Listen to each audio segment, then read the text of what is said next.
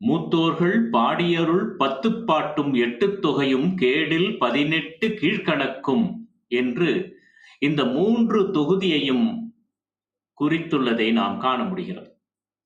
10 கீழ்கணக்கு என்னும் சொல் வழக்கினை உரையாசிரியர்களாகிய மயிலைநாதரும் பேராசிரியரும் நச்சினார்க்கினியரும் தத்தம் உரை நூல்களுள் குறித்திருக்கின்றனர். எனவேதான் கீழ்கணக்கு 10 கீழ்கணக்கு என்னும் வழக்குகள் பழமையானவை என்பதும் சுமார் கிபி 13-14ஆம் நூற்றாண்டு முதற்கொண்டே பெருவழக்காய் இருந்திருக்கின்றன என்பதும் புலனாகின்றது. பன்னிருபாட்டியலில் கீழ்கணக்கு நூலின் இலக்கணம் பற்றி 2 நூற்பாக்கள் வருகின்றன. அகவலும் கலிப்பாவும் பரிபாடலும் 15 ஆதி 50 ஈராக மிகுத்துடன் தொகுப்பன மேற்கணக்கு எனவும், வெள்ளைத் தொகையும் அவ்வகை என்பெறின் எல்லரு கீழ்கணக்கு எனவும் கொளலே என்று பன்னிருபாட்டியல் முதல் நூற்பா கூறுகிறது. மற்றொரு நூற்பா அடி நிமிர்வு இல்லா செய்யுள் தொகுதி அறம் பொருள் இன்பம் அடுக்கி அவ்வத் திறம்பட வருவது கீழ்கணக்கு ஆகும் என்று மற்றொரு நூற்பா கூறுகிறது. இவற்றிலிருந்து அடி நிமிர்வு இல்லாத வெண்பாக்களினால் அறம் பொருள் இன்பம் பற்றி 50 முதல் 500 ஈராக பாடப்பெறுவன கீழ்கணக்கு என பெயர் பெறுவதற்கு உரியனவாம் என்பது புலனாகிறது.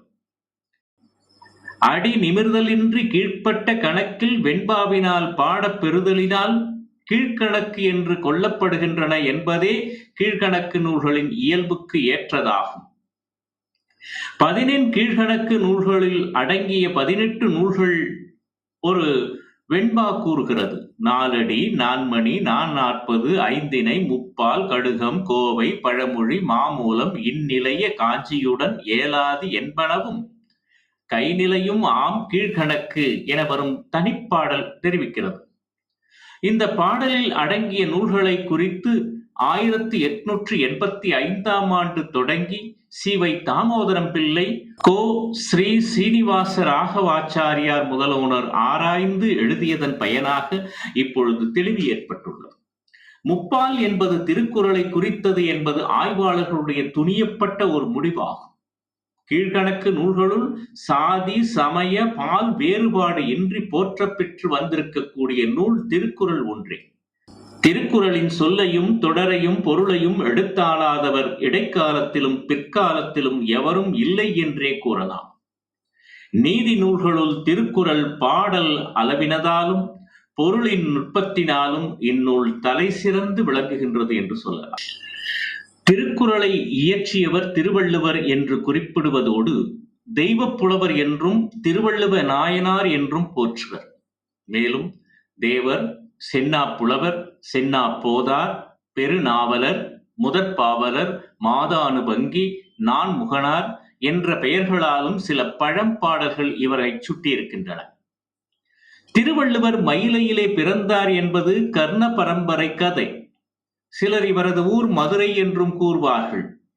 இவ்வாறாக இவரை பற்றி வழங்கும் வாழ்க்கை செய்திகள் அனைத்தும் பல்வேறு மாறுபாடுகளுடன் வழங்குவதால் எது உண்மை என்பதை கூட நாம் இன்று வரை துணிய இயலாதவர்களாக இருக்கின்றோம்.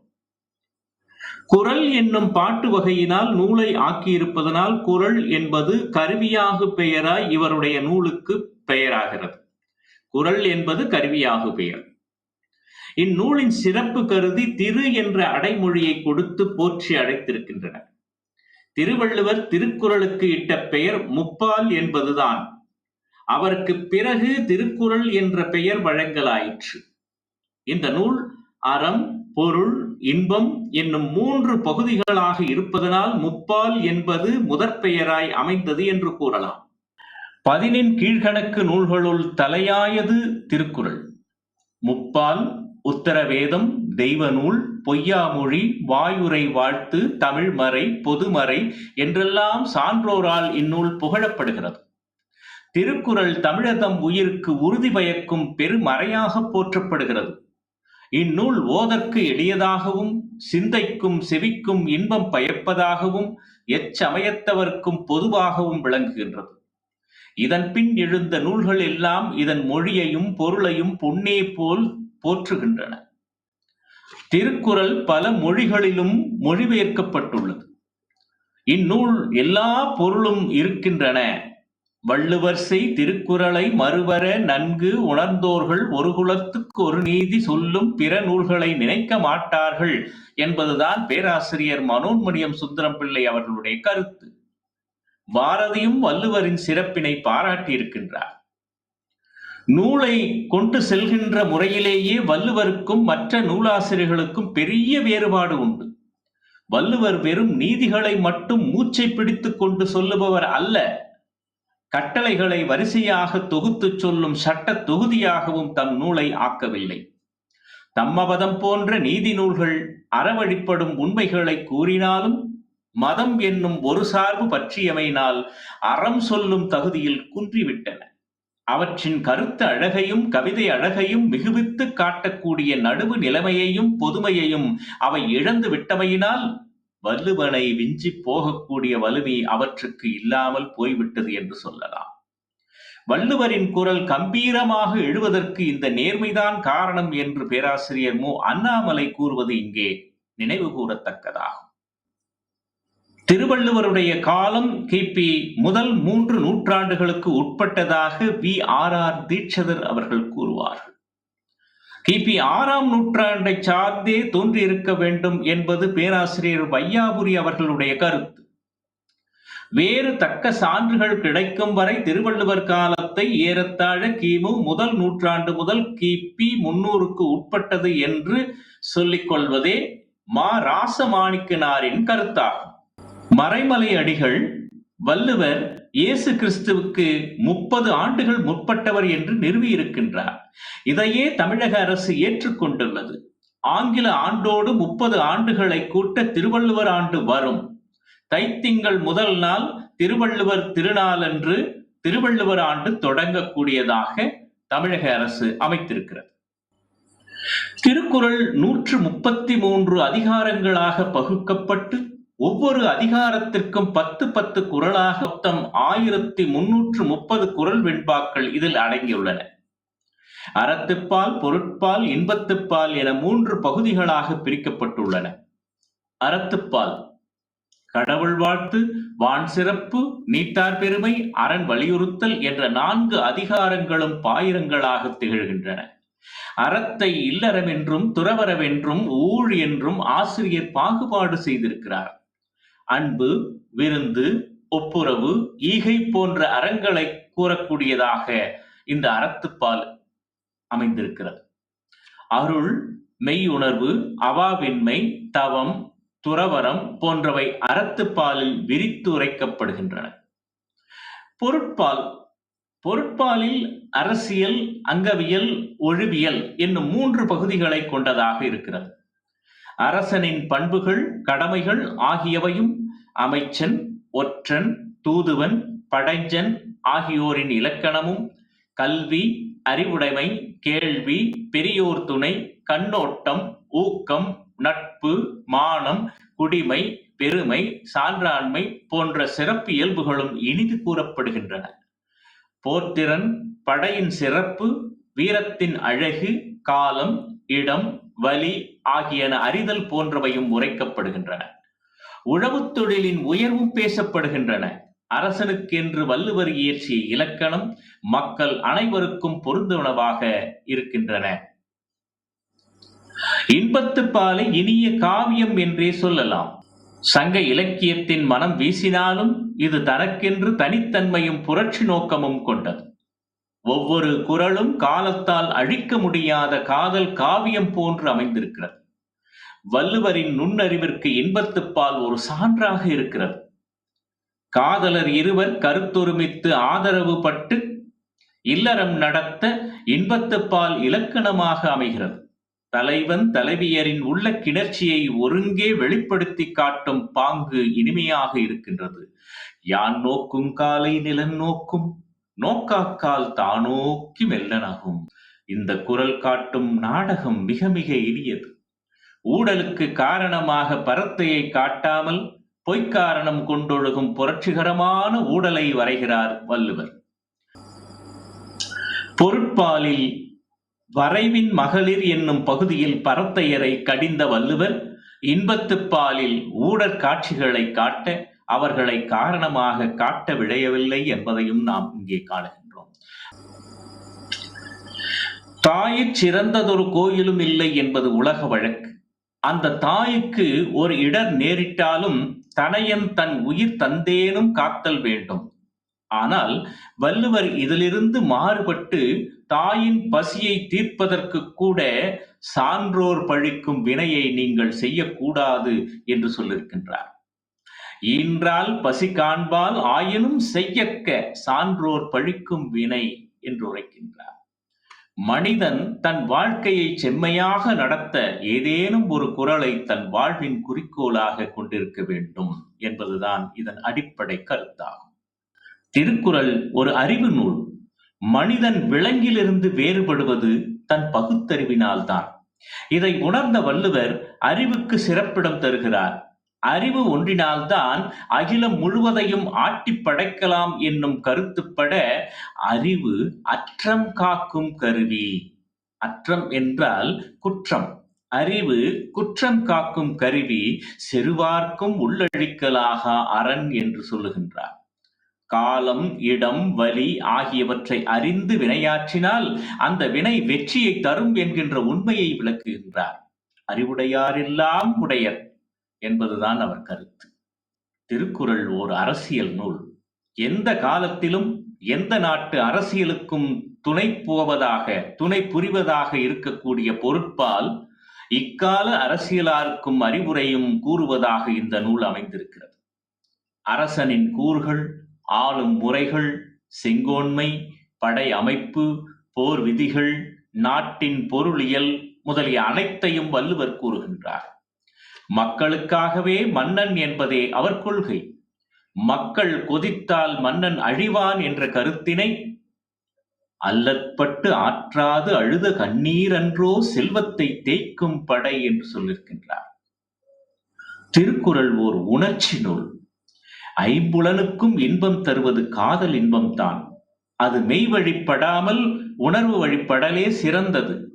உணர்வுகள் ஒன்றும் போதுதான் உண்மை காதல் பிறக்கின்றது. இந்த உணர்வு இன்பத்தை தம்மிலிருந்து தமது பார்த்து உண்டற்றால் அம்மா அறிவை முயக்கு என்கின்ற குறளில் அந்த இன்பத்திற்கு ஒரு உயரிய ஓமையை காட்டுகின்றார். திருக்குறளுக்கு பதின்மர் உரை வகுத்ததாக ஒரு தனிப்பாட்டு நமக்கு தெரிவிக்கிறது. தருமர், மணக்குடவர், தாமத்தர், நச்சர், பரிமேலழகர், பருதி, திருமலையர், மல்லர், பரிப்பெருமாள், காளிங்கர், வள்ளுவர் நூற்கு எல்லை உரை செய்தார் இவர் என்று ஒரு தனிப்பாட்டு நமக்கு சொல்லுகின்றது. திருக்குறளுக்கு பதின்மர் உரை செய்ததாக இந்த தனிப்பாட்டு நமக்கு தெரிவிக்கிறது. இவர்களில் மணக்குடவர், காளிங்கர், பரிப்பெருமாள், பருதியார், பரிமேலழகர் ஆகியோர் செய்த உரைகள்தான் இப்பொழுது நமக்கு கிடைத்திருக்கின்றன. இவர்களில் பரிமேலழகர் எல்லா உரையாசிரியர்களுக்கும் பின்னர் வந்தவர் என்பது பழம் பாடல்களில் இருந்து தெரிய வருகிறது. கிடைத்த உரைகளிலும் பரிமேலழகர் உரைதான் மிக விரிந்ததாகவும் குறளின் பொருளை மிகவும் தெளிவாக விளக்குவதாகவும் காணப்படுகின்றது. பிற மொழிகளில் மொழிபெயர்க்கப்படுவதாயும் அறிஞர் பலரின் ஆய்வுக்கு உரியதாகவும் திகழ்கிறது திருக்குறள். திருக்குறளை வீரமாமுனிவர் லத்தீனில் மொழிபெயர்த்தார். ஜி.யு. போப் ஆங்கிலத்தில் மொழிபெயர்த்துள்ளார். கிரால் என்பவர் ஜெர்மானிய மொழியில் மொழிபெயர்த்திருக்கின்றார். ஏரியல் என்பவர் பிரெஞ்சு மொழியிலே மொழிபெயர்த்திருக்கின்றார். மேலும் திருக்குறளின் சிறப்புகளை திருவள்ளுவ மாலை தெற்றெனக் காட்டுகின்றது. எல்லா பொருளும் இதன்பால் உள, இதன்பால் இல்லாத பொருளும் இல்லையால் என்று சொல்லுகின்றோம். சொல்லால் விரித்து பொருள் விளங்கச் சொல்லுதல் வல்லாரார் வள்ளுவர் அல்லால் என்று அரிசில் கிழார் திருக்குறளை பற்றி சொல்லியிருக்கின்றார். வானின்று மண்ணின்று அளந்ததே வள்ளுவனார் தானின்று அளந்த குறள் என்று பொன்முடியார் சொல்லியிருக்கின்றார். இப்படி பல புலவர்கள் சிறப்பித்து பாடியுள்ளதை 53 பாடல்களாக தொகுத்து திருவள்ளுவ மாலை என்ற ஒரு தொகுப்பாக உருவாக்கியிருக்கின்றார். திருக்குறள் நூலையும் ஆசிரியர் திருவள்ளுவரையும் சிறப்பித்து கூறக்கூடியதான் திருவள்ளுவ மாலை என்று சொல்லலாம். இந்த திருவள்ளுவ மாலையில் 53 பாடல்கள் காணப்படுகின்றன. பொருட்பால் விளக்கம். பொருட்பால் என்பது பொருளின் பகுதி என்று கொள்ளப்படும். பொருள் என்றது மக்களை உடைத்தாகிய நிலம். பகுதி என்பது அந்த நிலத்தை ஆளுதற்குரிய அரசரது தன்மையும் அவர் ஆளுவதற்கு செய்யும் திறன்களும் அதற்கு துணையாக இருக்கக்கூடிய அமைச்சர்களுடைய இலக்கணமும் அவர் செய்யும் திறன்களும் அவ்விருவராலும் உண்டாக்கப்பட்ட நாடும் அரசரும் பொருளும் படையும் ஆகிய இவற்றின் திறன்களும் அறம் பொருள் இன்பம் என்னும் மூன்றற்கும் துணையாகிய நட்பின் திறன்களும் அவ்வாறு உண்டாகிய பொருட்கும் பொருள் உடையாருக்கும் கேடு வரும் திறன்களும் அந்நிலத்து உண்டான மக்களது இயல்பும் அவர் பொருள் செய்யுமாறு கூறுதலும் ஆகிய இவ்வியல் பொருளியல் என அடங்கும் என்று பரிப்பெருமாள் இவ்விளக்கத்தை கூறுகின்றார். பொருட்பால் பகுப்பதிலே உரையாசிரியர்கள் சிலருக்கு வேறுபாடு உண்டு. இல்லறத்தின் வழிப்படுவனவாய் பொருள் இன்பங்களுள் இருமையும் பயப்பதாகிய பொருள் கூறுவதனால் இதனை பொருட்செல்வம் என்று எடுத்துக்கொண்டார் பரிமேலழகர். அது தன் துணை காரணமாகிய அரசன் நீதி கூறவே அடங்கும். அரச நீதியாவது காவலை நடத்தக்கூடிய முறைமை. அதனை அரசியல், அங்கவியல், ஒழிவியல் என மூவகைப்படுத்தி கூறியுள்ளார் என்பது பரிமேலழகருடைய கருத்து. பொருட்பால் என்பது பொருளின் ஒரு பகுதியாகும். அதனுள் இறைமாட்சி முதலாக இடுக்கண் அழியாமை ஈராக கூறிய அதிகாரம் 25 பெரும்பான்மையும் அரசர்க்கு உரியன ஆதலால் அரசியல் என்றும், அமைச்சு முதலாக அவையஞ்சாமை ஈராக கூறிய அதிகாரங்கள் 10 பெரும்பான்மை அமைச்சருக்கு உரியவாதலால் அமைச்சியல் என்றும், நாடு முதலாக படைச்சருக்கு ஈராக கூறிய அதிகாரங்கள் 5 பொருட்பகுதி ஆதலால் பொருளியல் என்றும், நட்பு முதலாக கூடா நட்பு ஈராக கூறிய அதிகாரங்கள் 5 நட்பின் பகுதியாக இருப்பதால் நட்பியல் என்றும், பேதமை முதலாக மருந்து ஈராக கூறிய அதிகாரங்கள் 12 கேடு வருவதற்கு காரணமாக இருப்பதால் துன்பவியல் என்றும், குடிமை முதலாக கயமை ஈராக கூறிய அதிகாரங்கள் 13 மக்களது இயல்பை கூறுவதால் குடியியல் என்றும், ஆக பொருட்பால் கூறிய அதிகாரங்கள் 70 என்று 6 பகுதிகளாக, பொருட்பால் கூறிய அதிகாரங்கள் 70ஐயும் 6 பகுதிகளாக பிரித்து உரைப்பர் மணக்குடவர். அரசியல், பொருளியல், நட்பியல், துன்பியல், குடியியல் என 5 பகுதிகளாக பரிப்பெருமாள் உரைத்திருக்கின்றார். பொருட்பாலில் கூறப்பட்டுள்ள அதிகாரங்கள் 70ம் இறைமாட்சி முதலாக கயமை ஈராக பழந்தமிழ் ஆசிரியர் போக்கியார் என்பவர் ஒரு வெண்பா மூலம் 7 பகுதிகளாக பகுத்து கூறியிருக்கிறார். அவை அரசியல், அமைச்சியல், அரணியல், கூழியல், படையியல், நட்பியல், குடியியல் என்பன. பொருட்பாலில் வரும் இறைமாட்சி முதலாக கயமை ஈராக 70 அதிகாரங்கள் என்பதிலே உரையாசிரியர்களிடையே எந்த விதமான கருத்து மாற்றமும் இல்லை. இயல் பாகுபாட்டிலேதான் அவர்களுடைய எண்ணம் ஆழமாக சென்றிருக்கிறது. அதன் விளைவாக பொருட்பால் 2 இயல் முதல் 27 இயல்கள் வரை பாகுபாடுகள் உருவாகி இருக்கின்றன என்பதை செந்தமிழ் என்கின்ற இதழ் அந்த இதழிலே நமக்கு குறிப்பிடுகின்றது. இதன் விளைவாக பொருட்பால் 2 இயல் முதல் 27 இயல்கள் வரை உரையாசிரியர்களுக்கு இடையே பாகுபாடுகளாக உருவாகி உள்ளன. முதல் இயற்பாகுபாட்டை திருவள்ளுவ மாலையில் தான் நாம் காணுகின்றோம். வள்ளுவருக்கு பாமாலை சாத்திய புலவர்களின் பெயர் சங்ககாலத்தென என்பதிலே ஐயமில்லை. இந்த நிலையிலே உரையாசிரியர்களில் பரிமேலழகர் போன்றோர் செய்திருக்கின்ற பாகுபாட்டு அமைப்பிலிருந்து உரையாசிரியர்களும் இயற்பாகுபாடு செய்துள்ளனர் என்பது நமக்கு தெரிய வருகிறது. முதலில் வள்ளுவ மாலை பாடிய புலவர்களில் தொடித்தலை விழுத்தண்டு ஊன்றினார் என்பவர் நூல் முழுவதும் உள்ள இயற்பாகுபாட்டை தொகுத்து மொழியும் பொழுது அறிபொருள் 7.1 என்று கூறுகிறார். அறிபொருள் 7.1 என்று கூறுகிறார். பொருட்பால் இயல்கள் 7 மட்டும்தானா, 7ம் 1ம் 8 என்பது இந்த பாடற்பகுதியில் இருந்து துணிய முடியவில்லை. போக்கியார் பாடலில் உரை, நாடு, அரண், பொருள் இவ்வொன்று என்ற பாடபேதத்தோடு காணப்படுகிறது.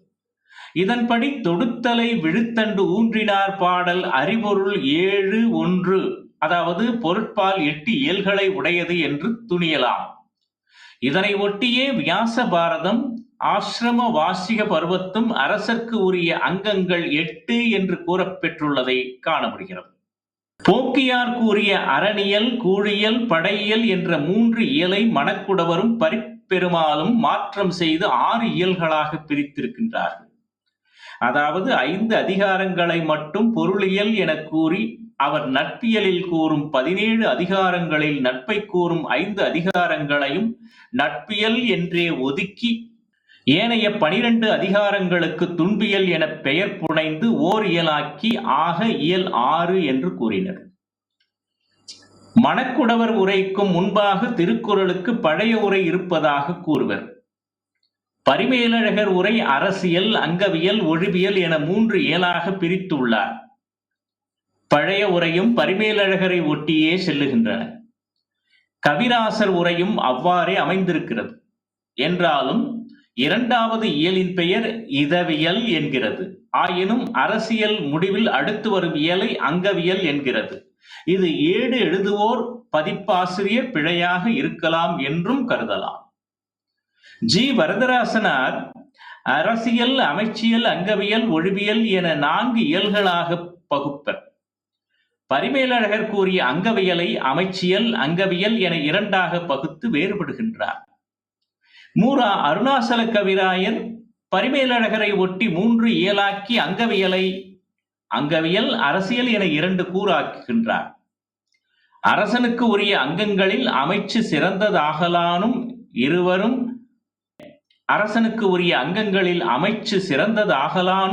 இவரும் தனி இயலாகவே எடுத்துக்கொண்டார்.